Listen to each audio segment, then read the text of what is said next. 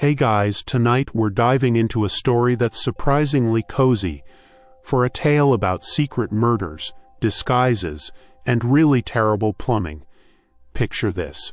It's a chilly evening in a candle-lit stone keep somewhere in 13th century Europe. The air smells faintly of turnip soup and moldy hay. You're seated on a creaky wooden bench beside a man who insists on being called the Raven. He's wearing a cloak that's trying a little too hard to be mysterious and chewing on what might be a clove of garlic or a tooth. Hard to tell in this light. You're here for a job interview. So, before you get comfortable, take a moment to like the video and subscribe, but only if you genuinely enjoy what I do here. Also, drop your location and local time in the comments.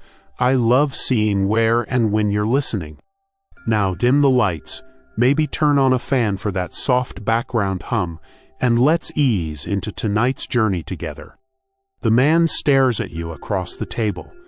One eyebrow is noticeably higher than the other, and the candlelight makes his nose cast a shadow like a hawk's beak. On the table between you, there's a dagger, a goblet of something murky, and a scroll sealed in black wax. Very dramatic. So, he says in a whisper, you want to be an agent of subtle resolution? That's assassin, by the way. But in these circles, nobody says the word.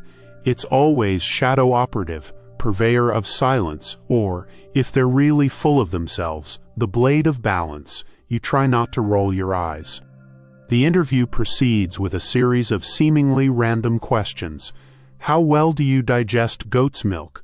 Have you ever strangled someone with embroidery thread? Can you read Latin upside down while being chased? You nod at all the right times. Eventually, he hands you a small vial of green liquid and tells you to drink. You hesitate.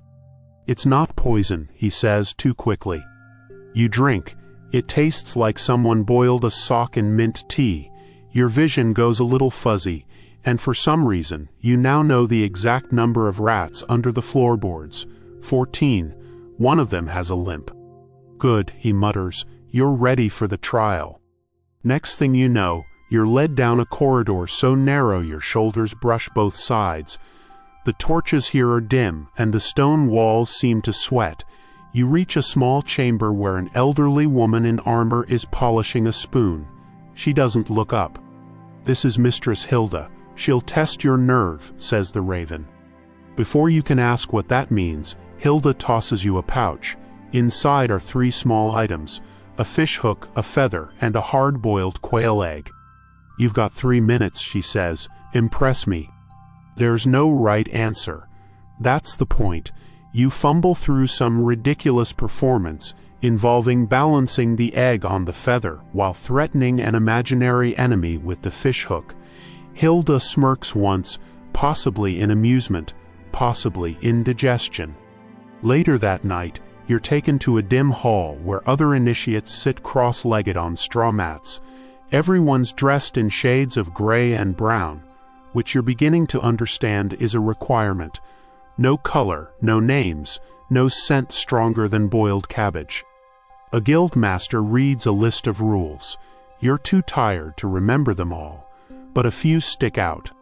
No killing before breakfast. Always oil your shoes. Do not assassinate anyone named Agnes on Wednesdays. The oath is bloodless. You just have to recite a pledge while holding a very sleepy cat. It blinks once, judges you, then falls back asleep. Congratulations, you're now a probationary assassin, which mostly means carrying other people's poisoned bread, feeding pigeons with secret messages, and running errands that always seem to involve walking uphill both ways in the rain.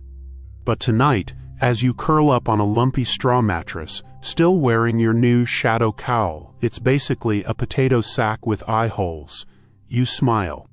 You're in.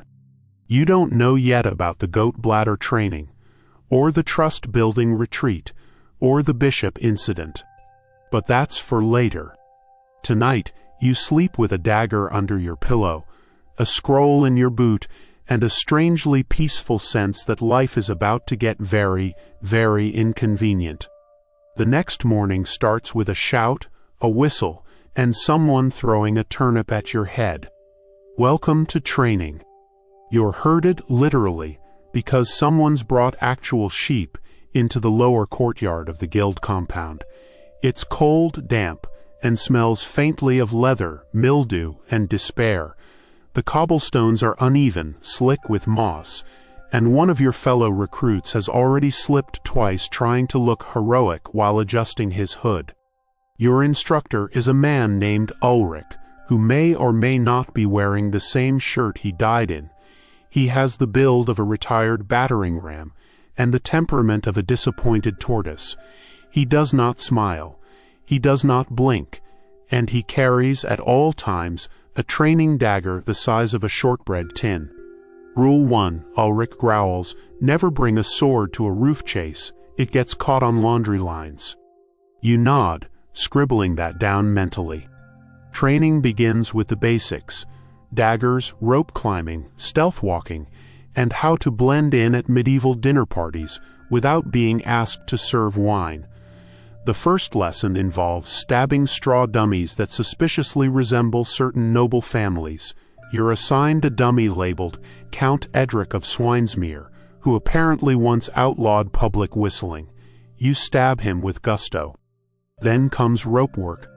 You're shown how to scale a stone wall using little more than your hands, a grappling hook, and sheer spite. It's harder than it looks. The first time you try, you swing into a barrel of fish brine. The second time, you knock over a wooden training dummy, which lands on Ulrich's foot. He glares, but says nothing. You live to climb another day. After that, things get weird. There's a session on disguise craft where you're taught how to pass as a chimney sweep, a nun, or a Venetian pigeon vendor. The trick apparently is posture and goat bladders. Goat bladders, as it turns out, are the guild's answer to hidden compartments. You learn how to inflate one, tuck it under your tunic, and store small items, notes, powders, even a folded dagger inside. The smell is unforgettably rustic. You try not to think about where it's been. Ulrich throws you a compliment. Well, more of a grunt, which is as close to well done as he gets. He says you have the right balance of hesitation and recklessness, which is somehow both insulting and promising. Next is poison training. You're introduced to the guild's alchemist, a woman who calls herself Dame Laurel but smells like pickled onions and vengeance. She hands you 3 tiny vials, one clear, one milky, and one suspiciously fizzy. One causes hiccups, one causes mild paralysis, one tastes like raspberries and does nothing. You ask which is which. She says, drink and find out. You pass that test by pretending to faint. Afternoons are for social skills. That's a euphemism for learning how to lie through your teeth, mimic noble accents, and seduce your way past suspicious gatekeepers. You practice with fellow recruits. One girl named Alva nearly convinces you she's a traveling cheese merchant. You're still not sure she isn't. Every evening there's a silent meal. No one speaks. Everyone chews in rhythmic, near-military unison. You eat lentil stew, coarse bread, and something gray that might be fish or rock. The cook glares if you ask. Then it's time for night exercises. You're blindfolded, handed a spoon, and told to navigate the corridor maze without waking the sleeping dog at the center. You fail, repeatedly. The dog eventually starts wagging its tail when it hears you coming. You think this counts as bonding. One night, you're paired with a senior guild member for a mock mission. Your task: sneak into a fake banquet, assassinate the host, a large pig in a crown, and steal a scroll from a locked chest. You make it past the guards by hiding in a wine barrel, then forget you're supposed to leave. The others have to come drag you out after 2 hours of you pretending to be a vintage Burgundy. Back in the barracks, you compare bruises with the other recruits. Everyone has a training scar, a story about Ulrich yelling, and a theory about the guild master's real identity, top guesses, a former bishop, a royal exile, or 3 squirrels in a cloak. Eventually, after weeks of drills, tests, and one unfortunate incident involving a practice crossbow and a roasted goose, you graduate. Your robe gets darker, your belt gets a second loop, your responsibilities now include actual missions, starting with the goat. But that, unfortunately, is a tale for the next night. You're told it's a live mission. That word sends a chill down your spine, not because you're worried, but because you still remember the last training. It involved a blindfold, a real crossbow, and a sack of squirming eels you were supposed to interrogate. Long story short, the eels did not crack tea. This time, your briefing is much simpler. Your target is a goat. Not metaphorically, not code, a literal goat. The guild, you're told, has a long-standing tradition. Before you're permitted to, as they put it, whisper someone off the record, you must successfully eliminate a particularly evasive and aggressive goat. His name is Bertrand. He belongs to a retired spice merchant on the outskirts of town, and he is, in Ulrich's words, a menace. You think this must be a joke. It's not. Bertrand has evaded 6 recruits, broken 2 noses, and once, allegedly, escaped a net by climbing onto a roof. There's a grainy sketch of him in the guild's failure log. He looks furious and vaguely smug. So, one misty morning you set off down the forest path, clutching a coil of rope, a pocket of breadcrumbs, and a very reluctant attitude. Your instructions are simple. Do not kill Bertrand. Just capture him and return, alive, preferably without permanent injury to either party. You arrive at the spice merchant's homestead, a quiet little stone cottage with an overgrown herb garden and a low fence that might as well be made of twine. You knock. A woman with suspiciously sharp eyes opens the door. "You're here for the goat, aren't you?" she says. "Good luck." Then she shuts the door. Bertrand is already waiting for you. He stands atop an overturned barrel like a tiny cloven-hoofed warlord. His horns are chipped but sharp, his beard is damp with dew, and his eyes are full of generational trauma. You approach slowly. He charges. What follows is a 45-minute ballet of slipping, sliding, and shrieking. You try every trick you've learned. The distraction technique, he eats your breadcrumbs. The net, he jumps it. And the act like you're not a threat maneuver. He headbutts your knee and steals your rope.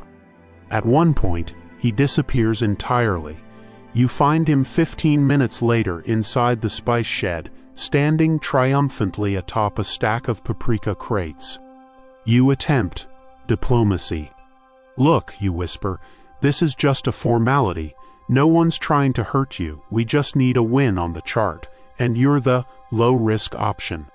Bertrand snorts, unimpressed. Eventually, in a flash of uncharacteristic genius or possibly mild concussion, you bait him with a bundle of rosemary. He lunges. You dodge. He gets tangled in a pile of old fishing nets and, finally, goes still.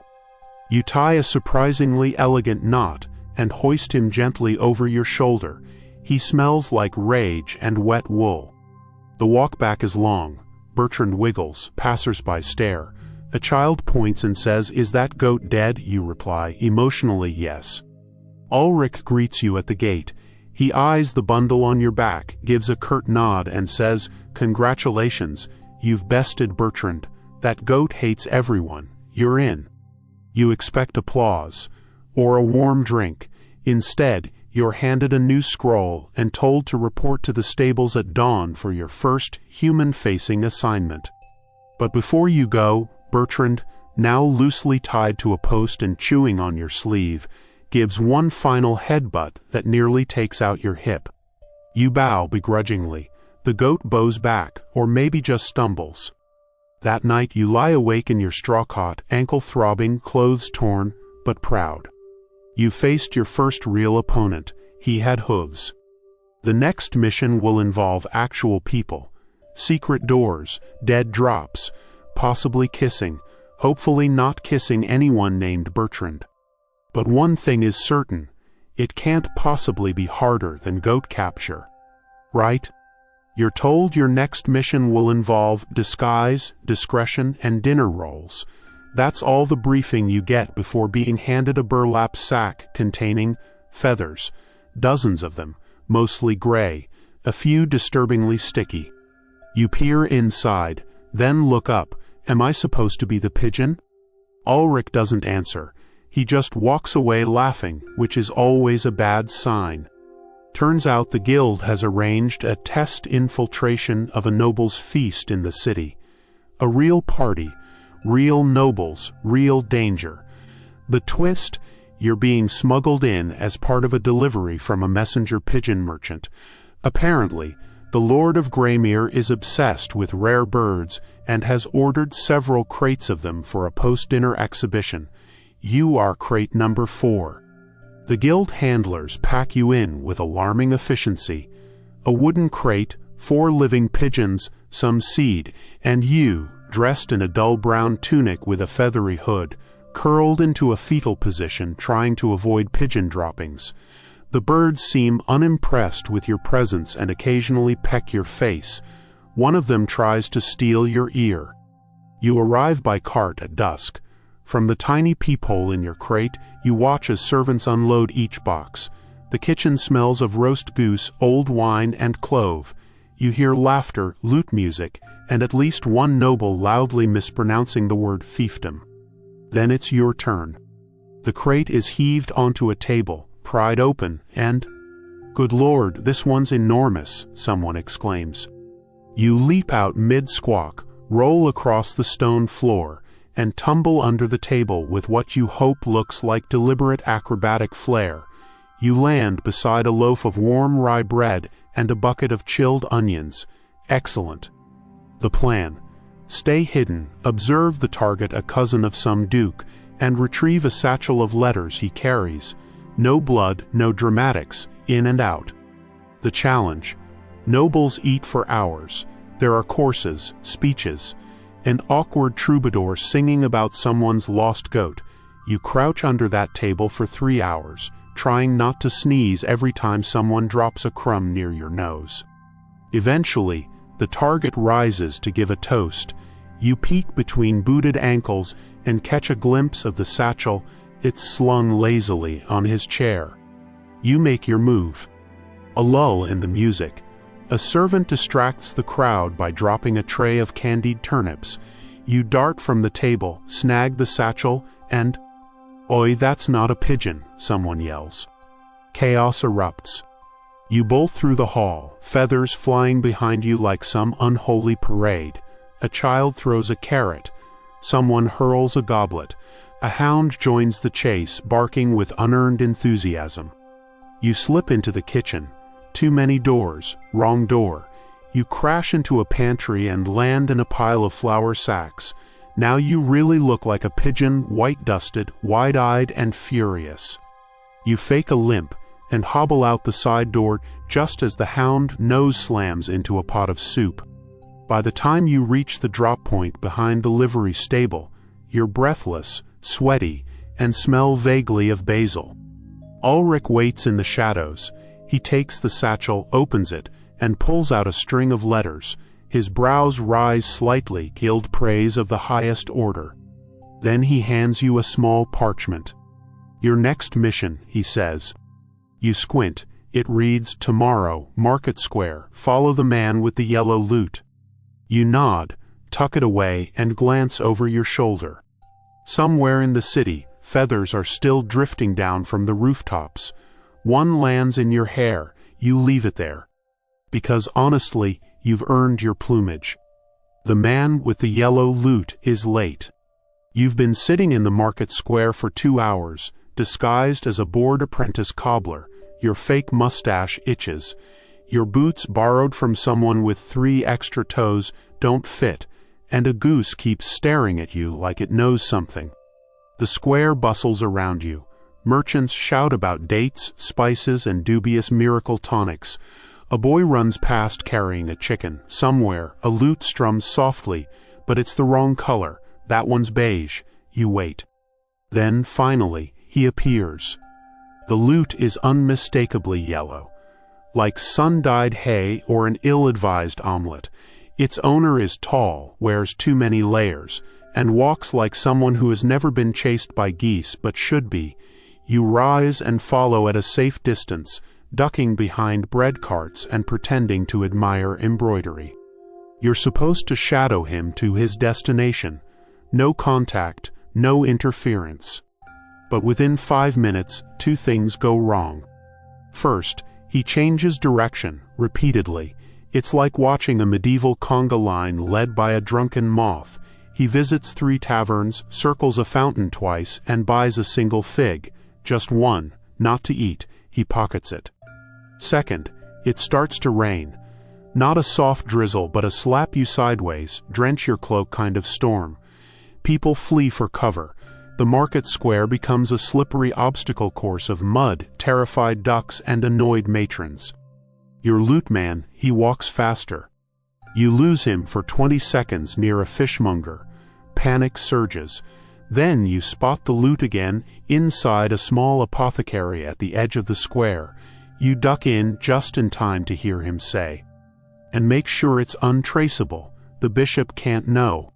Your ears perk. The apothecary nods gravely, hands over a small leather pouch, and gives the lute man a pat on the shoulder like he's just sold him very dangerous oregano.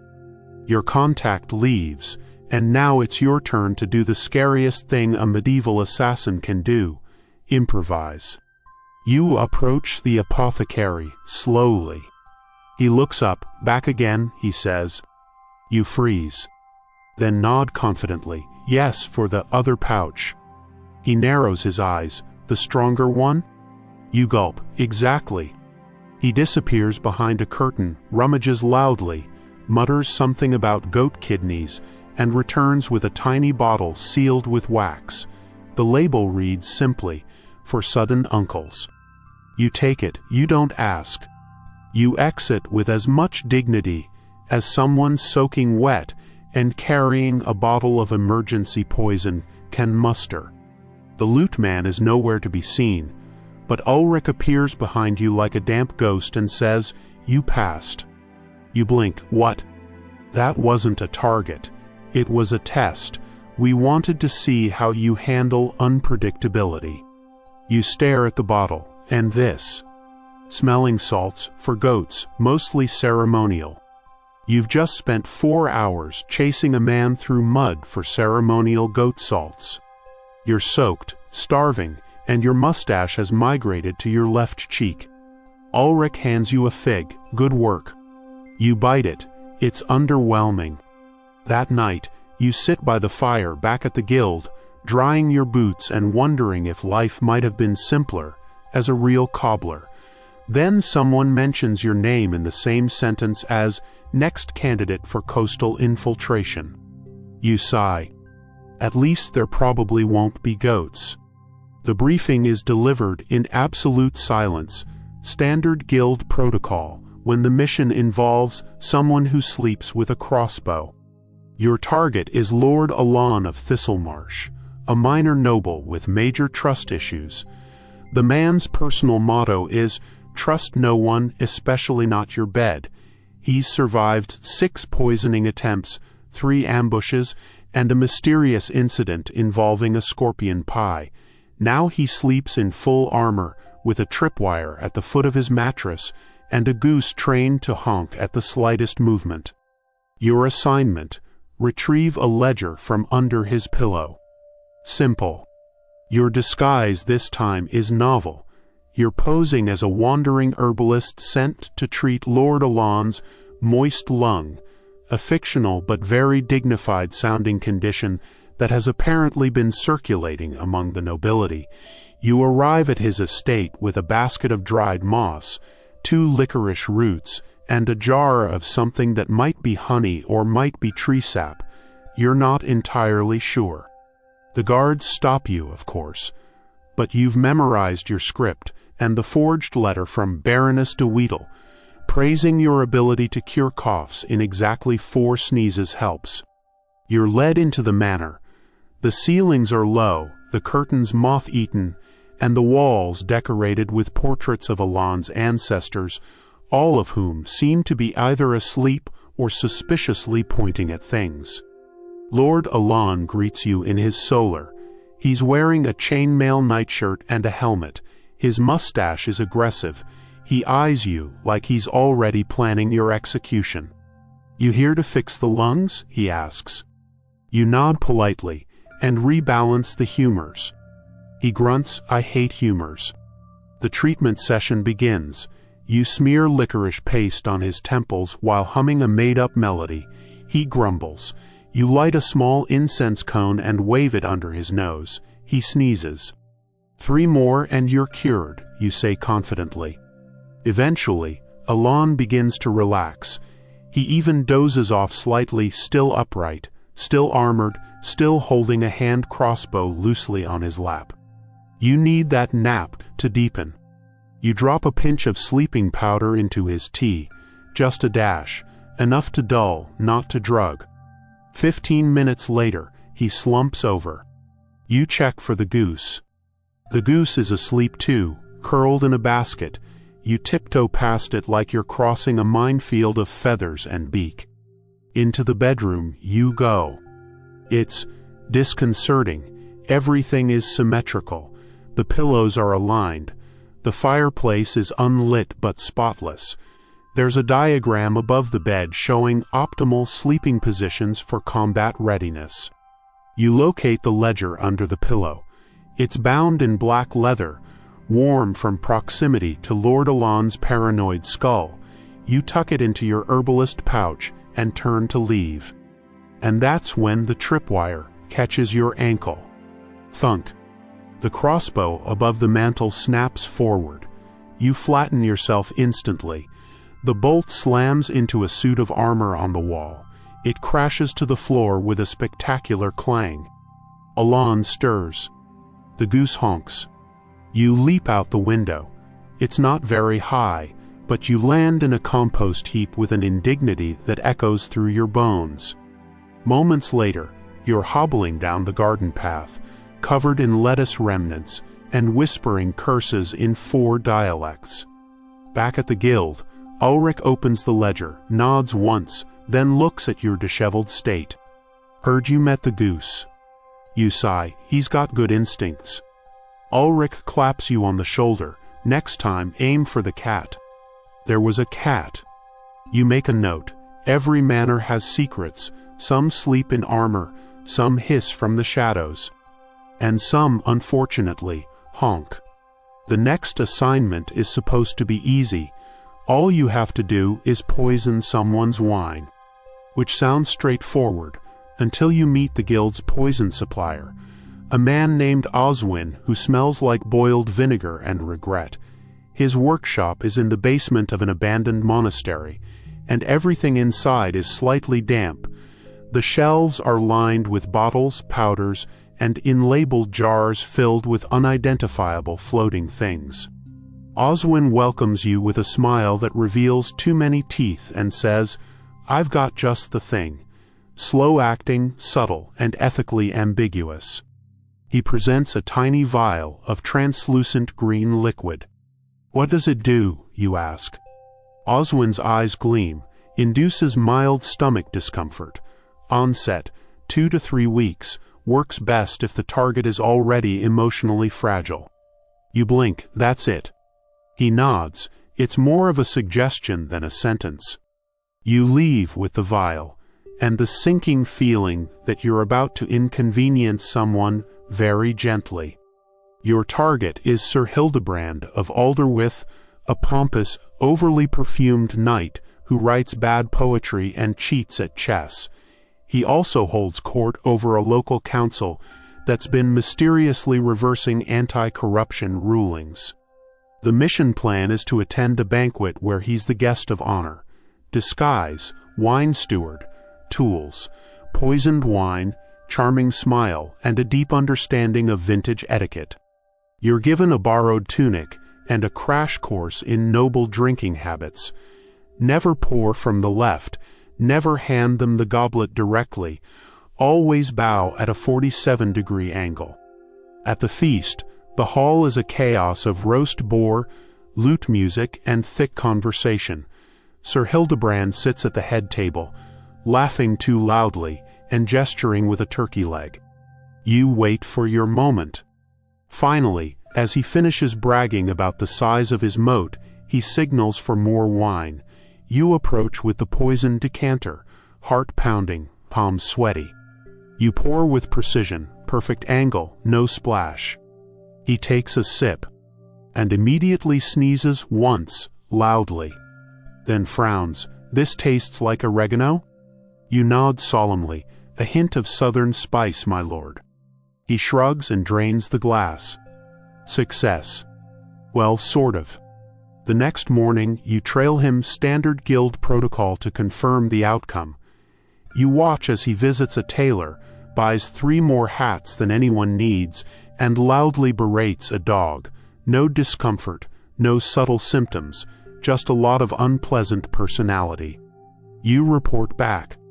Ulrich skims the notes. He's due for a follow-up dose, maybe something from the nausea shelf. You groan. I thought this was supposed to be an assassination guild. Ulrich grins. It's more of a long-term performance correction guild. That evening, you revisit Oswin's workshop to request something with a bit more urgency. He hands you a tin of powder labeled, "Sudden but discreet regret." No instructions, no warning, just a little cartoon of a man clutching his stomach in prayer. You sigh. In this job, it turns out, even the poisons take their time. The abbey looks innocent enough. Whitewashed walls, sleepy bells, and monks who shuffle more than they walk. It sits on the edge of the forest like it's been dozing there for centuries, which is ironic, considering your plan is to hide there for precisely 1 night, to lie low after that wine incident. Sir Hildebrand has, reportedly, developed a heightened sense of betrayal. The guild has arranged everything.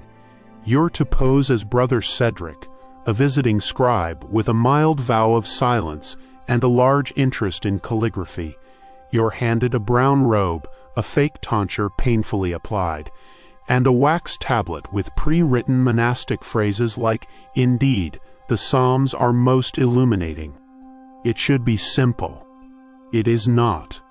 First off, monks are nosy. You barely step through the cloister door before one of them asks about your home abbey's bee husbandry practices. Another wants your opinion on flax weaving. A third, named Brother Malthus, follows you around quoting obscure theology and watching your face like a hawk trained in emotional micro-expression. You do your best to nod wisely, murmur vague Latin phrases, and avoid any topic involving goats, poisons, or minor nobles with digestive issues. The abbey's routine is strict. Prayers at dawn, porridge at noon, silence after dark. You try to blend in. You copy out meaningless symbols onto a scroll for an hour. You stir soup. You water herbs with the wrong water, but nobody notices. And then, disaster. Brother Malthus corners you in the scriptorium, where you're pretending to transcribe something that looks vaguely like a shopping list in Gothic script.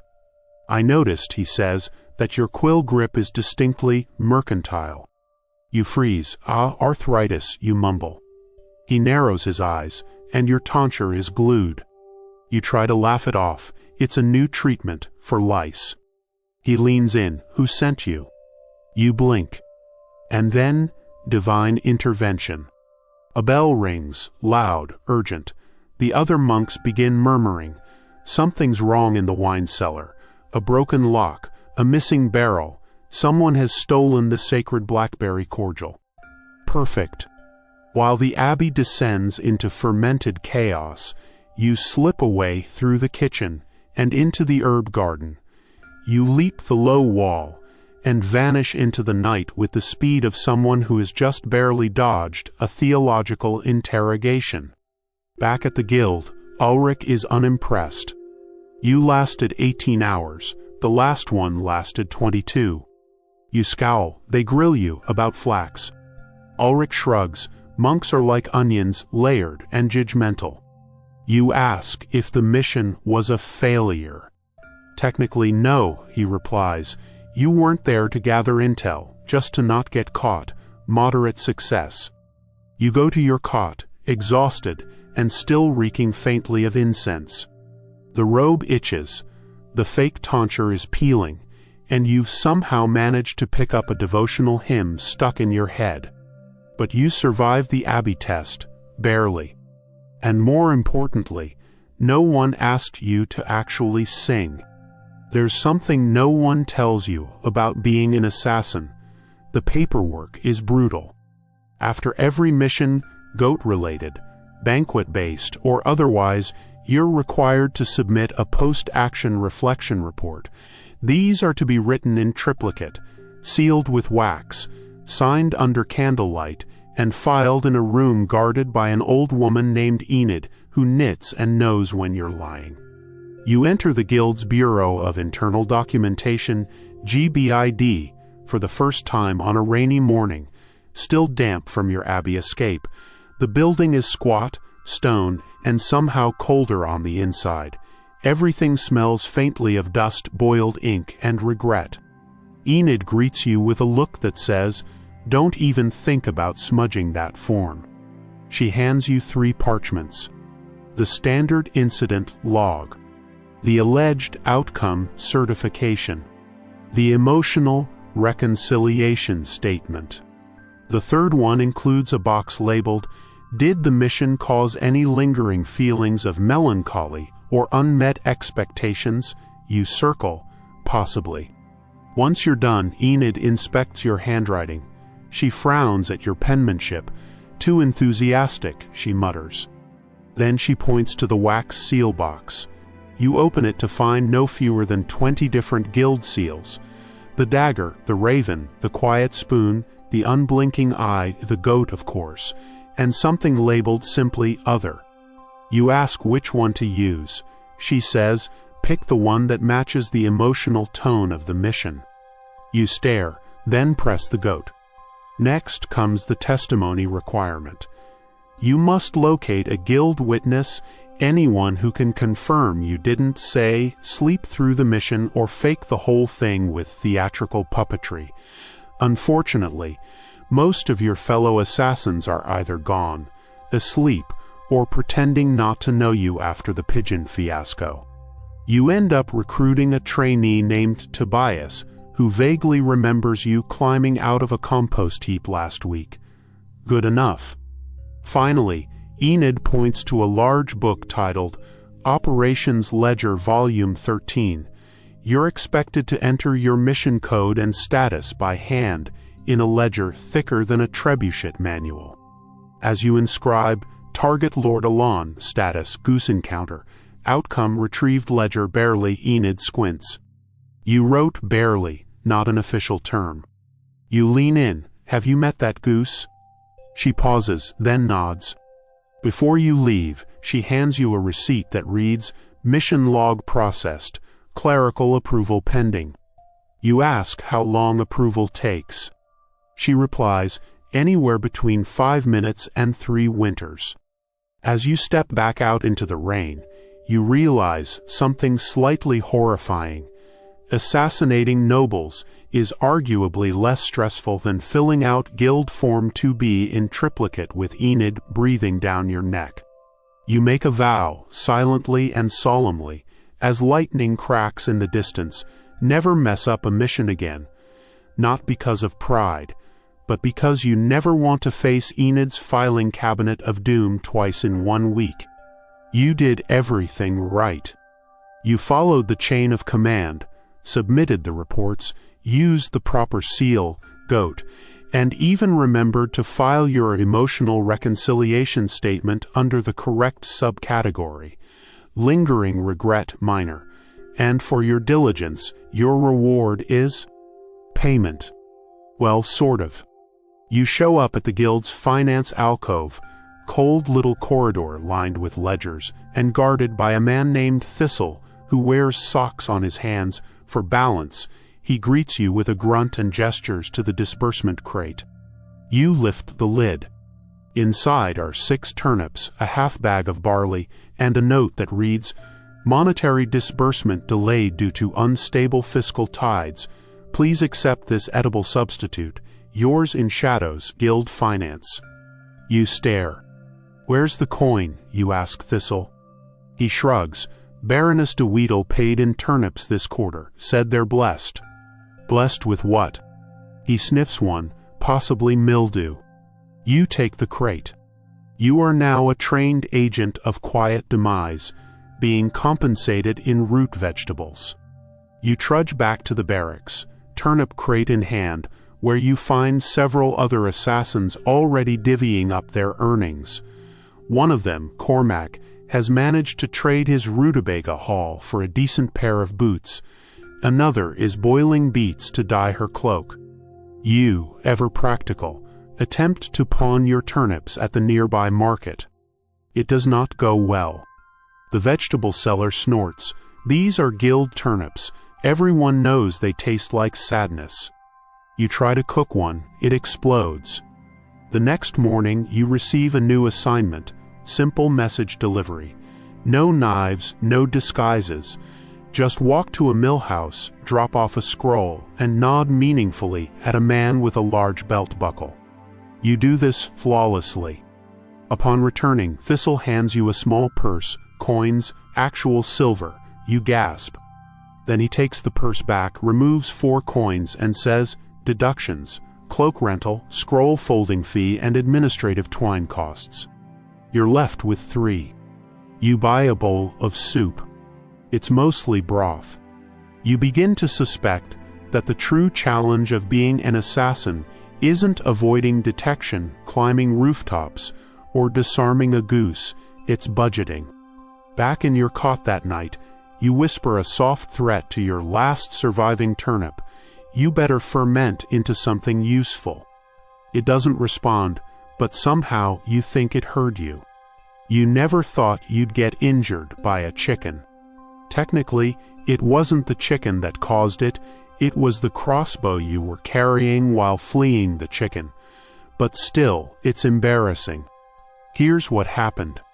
You were stationed on a rooftop, overlooking a minor procession, a noble's daughter being courted by a traveling troubadour, who may or may not be laundering stolen jewels through romantic ballads. Your job was to intercept a signal and deliver a warning shot near the troubadour's feet. Simple, non-lethal, minimal drama. But chickens. The rooftop belonged to a woman who breeds them. Many of them. Loud ones. One of them, a particularly large and territorial hen named Maud, took offense to your presence and launched an aerial assault as you were drawing your bow.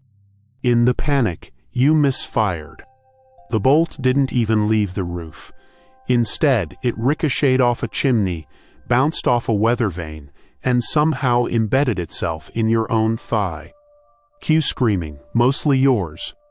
You limp down the alley, bolt in leg, feathers in hair, swearing vengeance on all poultry. You arrive at the guild infirmary, where you're greeted by Reeve, the barber surgeon. He's a cheerful man with dubious training, a booming laugh, and a deep loathing of patients who wince too much. "Another rooftop accident?" he asks, already sharpening a pair of shears. You nod grimly, chicken-related. He beams, "My favorite kind." The extraction process is dramatic. Reeve insists on using a boiled rag and a song he says helps distract the nerves. You try to hum along. You fail. Eventually, the bolt is removed. You're stitched up with what feels like yarn and left to rest on a cot beside a man who's swallowed a spy coin on a dare. As you lie there, groggy and sore, you start to think about your life choices. You remember your first day, so full of stealth and promise. Now you're an injured delivery boy with a chicken vendetta and a scar shaped like an ampersand. The next day, Reeve gives you a salve that smells like mustard and burnt mint. He also hands you a tiny crutch. Don't climb anything. not even emotionally, he says. You try to rest. But that night, as you limp through the guild halls, Ulrich catches sight of your bandage and just nods. Another lesson learned, he says, never trust livestock. You nod, but inside you know this isn't over. Not until Maud pays. It begins with a ferret. Specifically, a small, well-groomed ferret wearing what appears to be a velvet collar. You're not sure what's more concerning, the ferret itself or the fact that it seems to be trained. The assignment sounded innocent enough. Travel to the village of Bramblewick and gather intelligence at the local inn. No weapons, no confrontations, just a quiet few days posing as a traveling glove mender and listening to gossip over watery ale. You arrive and settle in. The innkeeper, a cheerful woman named Lisette with suspiciously symmetrical teeth, shows you to a room and pours you a drink. You pretend to inspect a pair of gloves. She laughs at your jokes. You try not to be charmed. On the third evening, a letter arrives. No signature, just a single line. Meet me behind the stable after moonrise. You go, of course. You always go. Lisette is waiting. She's wrapped in a dark shawl, eyes shining, voice soft. I know who you are, she whispers, and I know why you're here. You freeze. But then she adds, you're with the guild. I used to be one of you. What follows is a blur of confession, flirtation, and alarming honesty. She speaks of old missions, close calls, and a botched assassination involving a knight, a barrel, and an unfortunately placed beehive. You listen, captivated. She leans in. I left the guild because I fell in love, but he died, and now I don't know who to trust. She kisses you. It's brief, surprising, definitely not part of the training manual. And that's when the ferret appears. It leaps from the shadows, lands squarely on your satchel, and steals the guild scroll hidden inside. Before you can react, it's gone, scurrying through the grass with a speed that can only be described as unnatural. You spin to confront Lisette. She's gone too.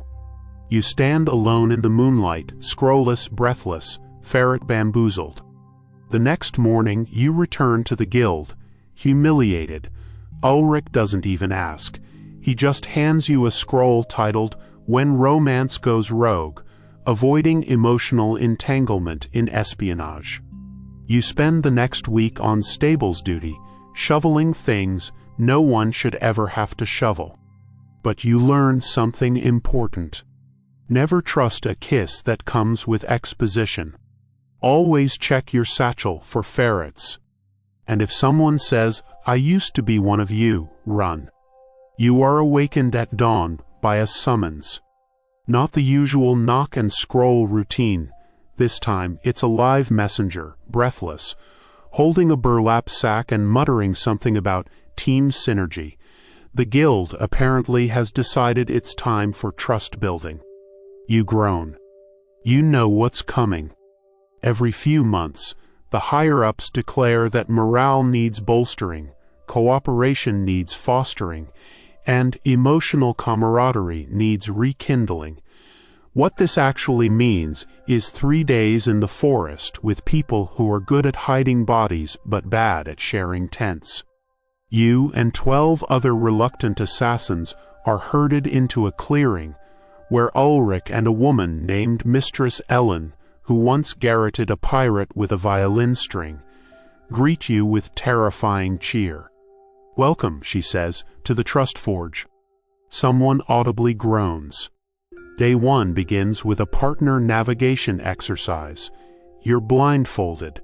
Your partner is Tobias, the trainee who once mistook a decoy goose for an informant. You are expected to guide each other through an obstacle course of logs, mud pits, and strategically placed buckets of suspiciously slimy things. You fall a lot. Trust not forged. Next, you're forced to play a game called Assassin's Confession. You draw a parchment with a prompt and must answer honestly.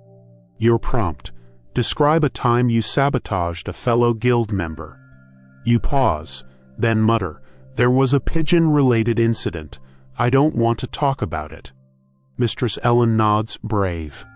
That night, everyone gathers around the fire to roast something unidentifiable and share emotional reflections. One assassin, known only as Mags, cries while holding a spoon. Another reveals they can't read and have been faking mission reports with doodles of swords. It's oddly touching.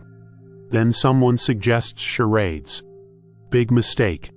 You're paired with Cormac and told to act out poisoned wedding. He interprets this as stab everyone while screaming. The evening ends with a sprained ankle and 3 broken marshmallow sticks. Day 2 brings the trust fall. You climb a platform. Below, the others form a circle, arms outstretched. You hesitate. Lisette isn't here, but her betrayal has left a metaphorical bruise. Ulrich calls up, "We all fall, kid, just hope someone's watching." You jump. They catch you. Mostly. You land awkwardly on Mag's foot. She curses but says she's proud of you. Day 3 is a final exercise called Escape from Fort Candlewick. It's a mock mission. You're divided into 2 teams. The goal: infiltrate the pretend fortress, retrieve the hostage, a very offended-looking sheep, and escape undetected. Your team fails spectacularly. Someone tries to disguise the sheep as a monk. It kicks them into a barrel. The barrel rolls down a hill. You lose 4 points for causing emotional distress to the livestock. Back at the guild, you're given a scroll certifying basic team cohesion achieved. You tack it to your bunk wall with passive-aggressive pride. You didn't learn to trust, not fully. But you did learn that even assassins can laugh, fall, and help each other out of a suspiciously deep puddle. That's something. You're told to report to the docks at sunrise. The assignment sounds glamorous: international travel, Venetian politics, and a high-value merchant target. You imagine gondolas, coded messages tucked in opera programs, maybe even a dramatic mask or 2. What you get instead is a cargo barge filled with cats. 47 of them. The merchant ship that was supposed to take you to Venice has been commandeered for plague preparedness logistics, which, in practice, means transporting a colony of highly territorial pest control cats to the Adriatic coast. You're expected to ride with them, in the hold, for 4 days. You're introduced to the cat wrangler, a hunched man named Bardo, who refers to them as "my whiskered diplomats." He warns you not to touch the orange one. He's got trauma. You nod and board. The voyage begins. Day 1. You attempt to establish a corner for yourself. This lasts 7 minutes before you're relocated by a particularly aggressive tabby named Cleo. You now sleep near the onions. Day 2. You try to bond with the cats. You offer dried fish. They take the fish and your dignity. One of them leaves a gift on your cloak. You pretend it's symbolic. Day 3. A storm. Rain lashes the deck, and the barge lurches like a wounded whale. The cats don't care. They ride out the chaos with the serenity of tiny damp monks. You, however, are seasick, sleepless, and developing a rash from shared straw bedding. You finally arrive in Venice looking and smelling like someone who lost a fight with a perfumed haystack. Your target: a merchant named Girolamo, suspected of smuggling coded guild secrets inside spice shipments. You trail him through narrow canals, overhear a whispered exchange about the saffron diversion, and watch as he meets with a masked courier on the Bridge of Sighs. Your chance comes at dusk. Girolamo retires to a bathhouse. You sneak in, disguised as a towel boy. You plant a forged document in his robe pocket, one that will incriminate him when opened at customs. Mission success. You exit through the alley, covered in steam, clutching your last dry sock, trying to ignore the cat that's been following you since the barge. You return to the docks. The barge is waiting. The cats are still there. Cleo is now sleeping in your bunk. You sigh, bored again, and whisper to yourself, "Next time, I'm asking for the mission with the goat." You're between jobs, temporarily unassigned, blissfully unscheduled, and wondering if you might use the time to clean your boots or perhaps read a non-lethal novel. Then, of course, the plague arrives. It spreads faster than gossip at a guild banquet. One week it's a rumor. The next it's a cart rolling through the market square, bells clanging, a man yelling, "Bring out your ill." The city locks down, gates close, missions are postponed, target lists become wishful thinking, and couriers vanish. You are, for the first time in your professional life, completely unemployed. At first, it's not so bad. You sleep in, you bake terrible bread, you organize your cloak collection by degree of dramatic swirl. But after the third week, you start naming the cobblestones outside your window. The big one's called Jeff. The guild tries to adapt. They issue plague masks. They experiment with long-range dagger throwing. Someone invents stealth messaging, which mostly involves yelling secrets through walls. You're reassigned to internal document sterilization. This means unrolling scrolls in the sun and dusting them with a mixture of vinegar and despair. You develop a tan on only one forearm. Then the guild's quarterly financial review arrives, and it is grim. No missions, no gold. Ulrich growls, "We're going into austerity mode." Your new payment is 3 jars of pickled beets and a candle stub. You eat the beets. You light the candle.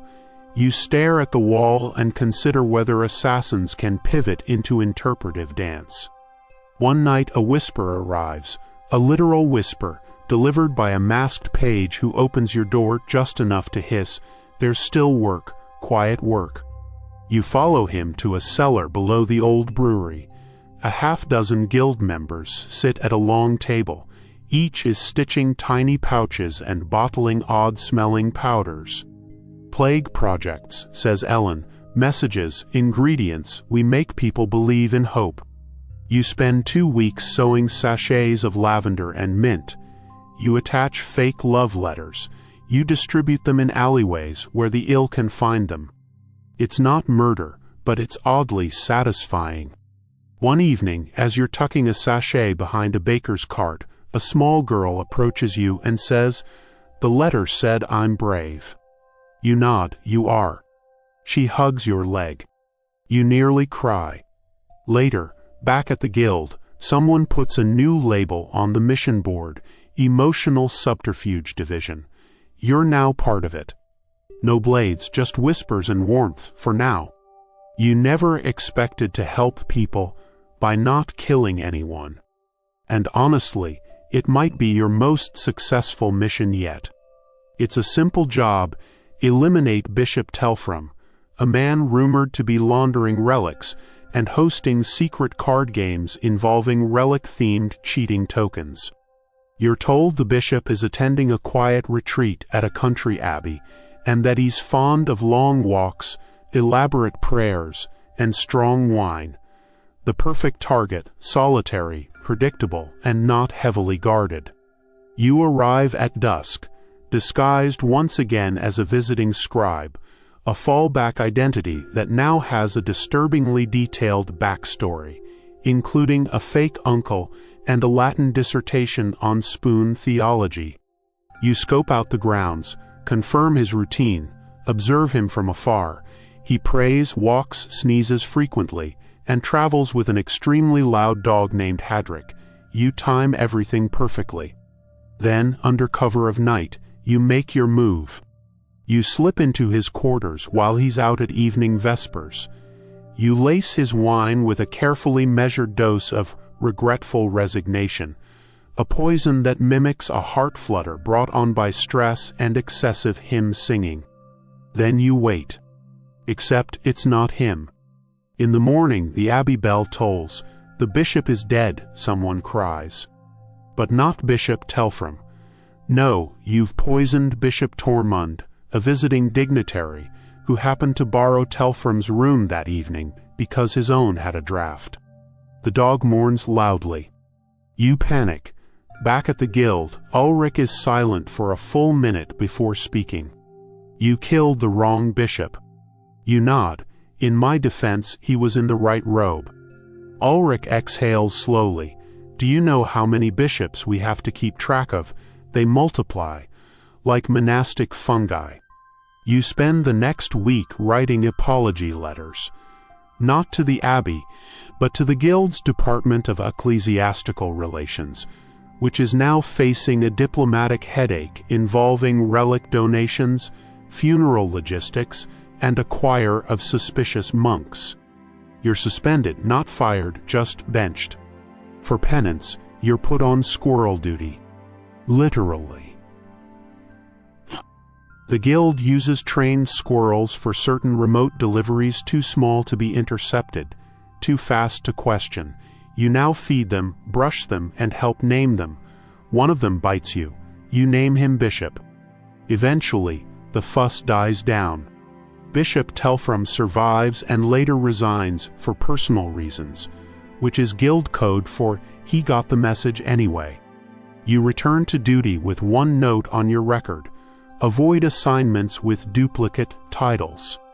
You make yourself a vow, always confirm your target, ask their name, ask it twice, check for unexpected dog ownership. And maybe, just maybe, stay away from bishops altogether. You're standing in the guild hall, wet from rain, irritable from paperwork, when Cormac bursts in shouting, "Someone's taken my jacket." At first, no one cares. Cormac misplaces things often, daggers, hats, once even a crossbow. It was under his bed. But this time he's glaring directly at you. Your hand is on a cloak, a very fine black leather cloak with reinforced shoulder stitching and an interior pocket for emergency plums. It's your cloak, or is it? Cormac narrows his eyes. That's my jacket. You frown. Mine has a stitched hem near the collar, for luck. So does mine, he says, producing a matching tear near the seam. It escalates quickly. Ulrich intervenes with a groan and declares a claim dual guild tradition for settling ownership disputes. No blood, no blades, just passive-aggressive proving. You are taken to the courtyard. A small table is brought out. A bowl is placed at the center. A single item is drawn, a coin from the guild archives. The rules: whoever flips the coin closest to the bowl without landing inside wins. First round, you flip too hard. It bounces off the rim and hits Cormac's boot. He winces, you smirk. Second round, Cormac lands it perfectly, in the bowl. Disqualified. Third round, Ulrich squints at both of you and announces the tiebreaker, the jacket test. You must wear the jacket through 3 guild trials. Rooftop glide. Slide down a thatched roof and retrieve a bell. Pouch reach. Pull a note from a tight pocket using only one hand. Invisibility swagger. Walk through the main hallway unnoticed while wearing the cloak. The jacket fits you like a dream. You ace all 3. Cormac struggles. During the roof slide, he gets caught on a weather vane. In the pocket test, he drops the note, and during the hallway trial, he sneezes into someone's stew. Ulrich declares you the victor. Cormac mumbles, "Fine, but it's still emotionally mine." You return the jacket to your rack, only to discover hours later a second, nearly identical jacket underneath it. Cormac's. You sigh. The next morning, you quietly drape it over his bunk. No note, just a nod. Later that week, he tosses you a plum mid-mission, doesn't say a word. Truce. Your luck runs out on a Tuesday. The job was simple. Sneak into a corrupt magistrate's study, swap a bribe-laced contract with a forged version, and disappear. No witnesses, no blood, just a whisper in the records. You make it in, swap the papers, snag a candied fig from the desk as a treat, then you turn and walk directly into a patrol of city guards coming in through the side door. You freeze. They freeze. Everyone blinks. Then someone yells. You run.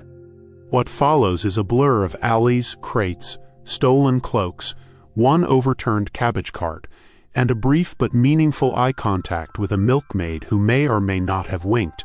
You nearly make it over the wall near the tannery when someone grabs your cloak and yanks. You land in the mud. The last thing you see is a boot, then darkness. You wake up in a cell. It's round, damp, and oddly well lit. A faint smell of cheese wafts through the bars.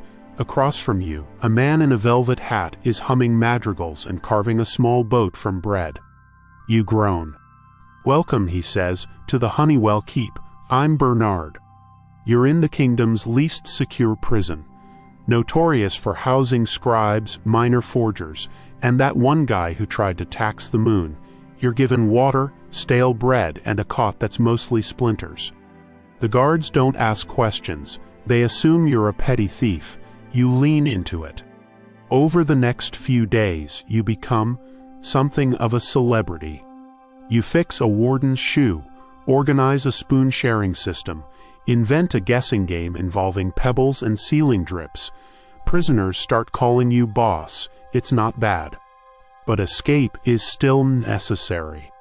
You map out the corridor schedule, bribe a rat wrangler, learn the latch pattern from a sleepy turnkey with a gambling problem. Then, on the 9th day, something strange happens.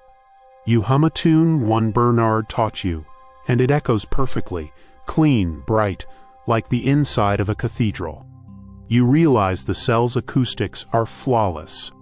So the next morning, you sing. Just one note, a high, clear whistle. A signal. The guild hears it. That night, a scroll slips under your door, window bolt loose, south corner, 1 a.m. You escape using a makeshift rope, a stolen pudding spoon, and Bernard's blessing. You return to the guild with a bruise, a mild cough, and a deep appreciation for medieval acoustics. Ulrich doesn't even ask what happened. He just tosses you your next scroll. You glance at it. It says, "Don't sing again." Fair enough. Retirement isn't really a thing in the guild. You just fade. You start getting fewer assignments, fewer scrolls tucked under your pillow at midnight. You notice newer recruits avoiding eye contact, not out of fear, but a kind of reverent awkwardness, like you're already a ghost in your own boots. So you do what all tired assassins eventually do. You build a garden. Not a proper one, with roses or healing herbs. Yours is simpler, stranger. You call it the Pebble Court. Each morning, you collect small stones from the riverbank. Flat ones, round ones, the occasional perfect spiral. You arrange them in patterns in a hidden courtyard behind the guild kitchens. Circles inside circles, paths that don't go anywhere, lines that cross and uncross depending on where you stand. No one bothers you there. Sometimes you talk to the stones. You tell them about old missions, about Bertrand the goat, about the girl with the trained ferret, about how pigeons are much worse than people realize. You hum a bit, just one note, the cell note, the good one. One afternoon, Ulrich finds you kneeling among the stones.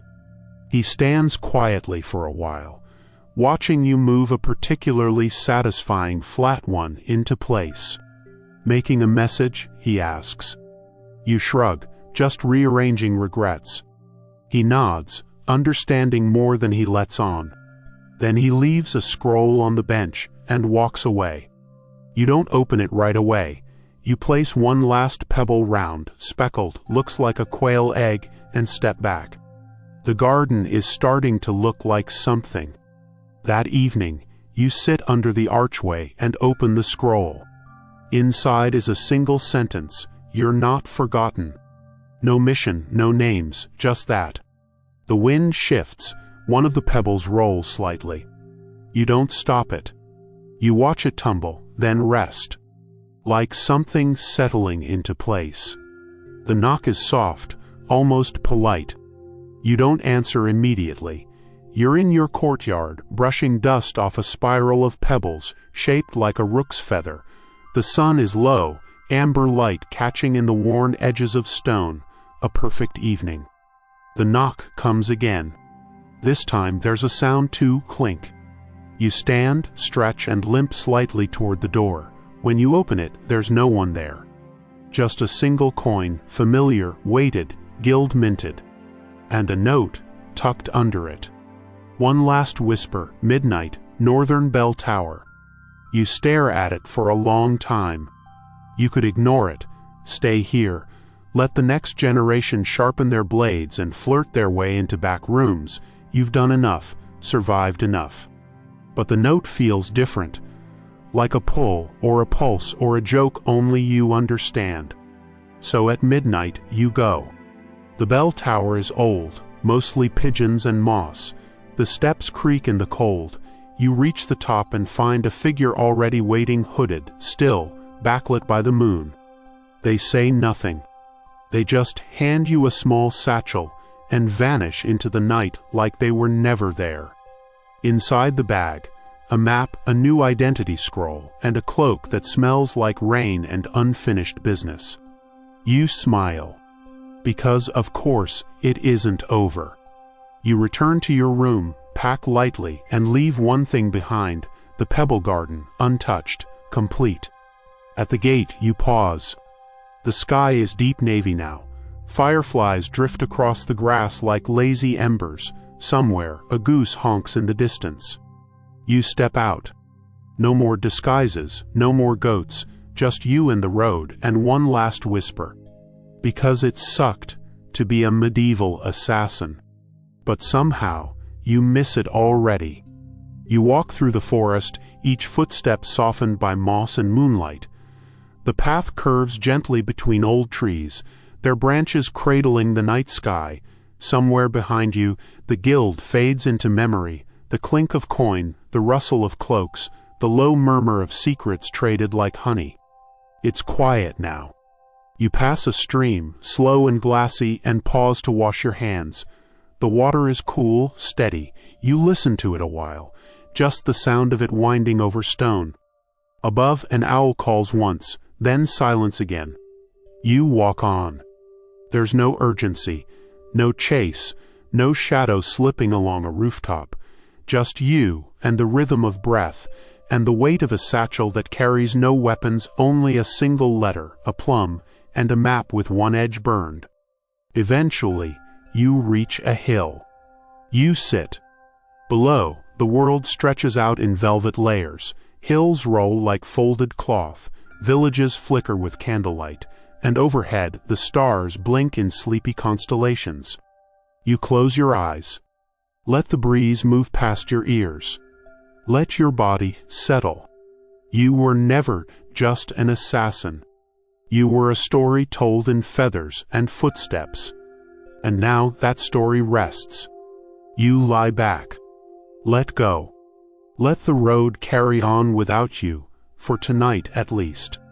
Sleep comes soft, gentle, like a whisper in the grass.